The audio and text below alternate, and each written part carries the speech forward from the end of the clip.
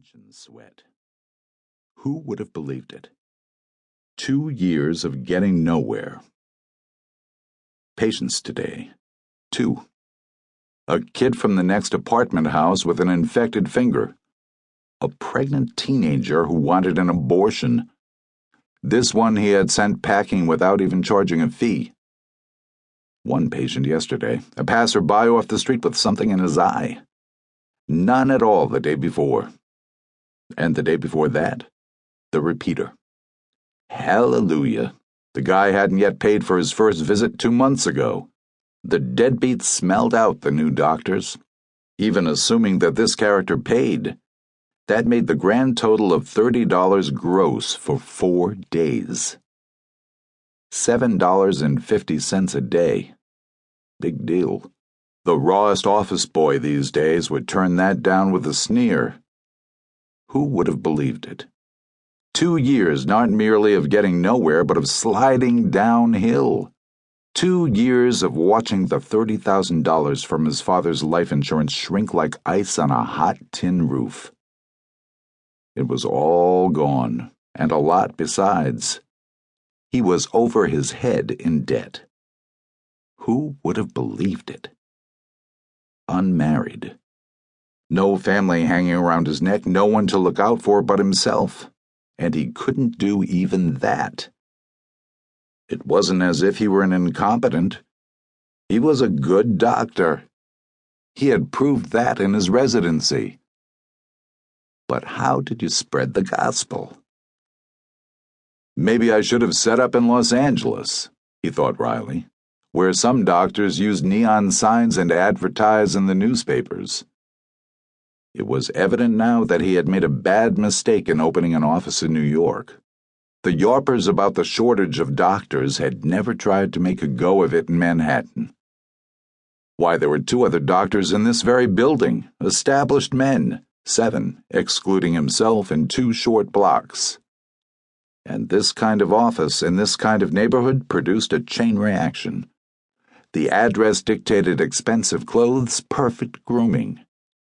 The clothes and the address made a glittering new car mandatory. And all for what? To impress whom? The kid with the finger? The transient with the eye? The terrified girl with the illegal belly? The deadbeat? And to maintain this empty show, he had to live in a hole in Greenwich Village, with hardly enough furnishings for a monk's cell. The phone rang. Harry!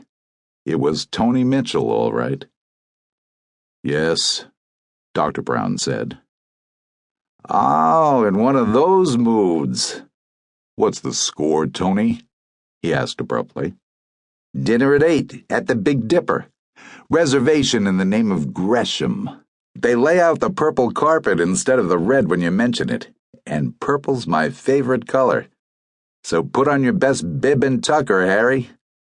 How many of us? 3. You, me, delicious Mrs. Gresham. What about Gresham?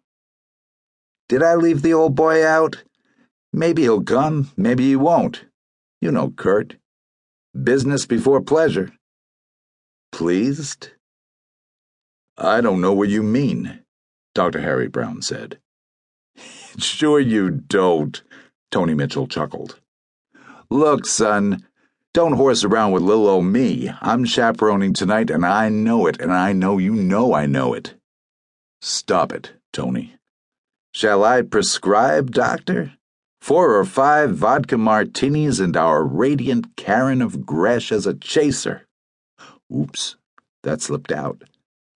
Who is the hunter, O physician, and who the hunted?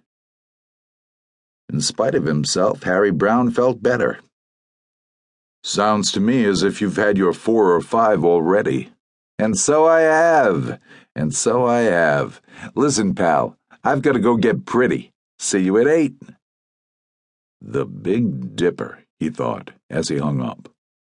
No less. Leave it to Tony Mitchell, nothing but the best. Well, Tony could certainly afford it. Many a lawyer in town would have exchanged his entire clientele for Mr. and Mrs. Kurt Gresham.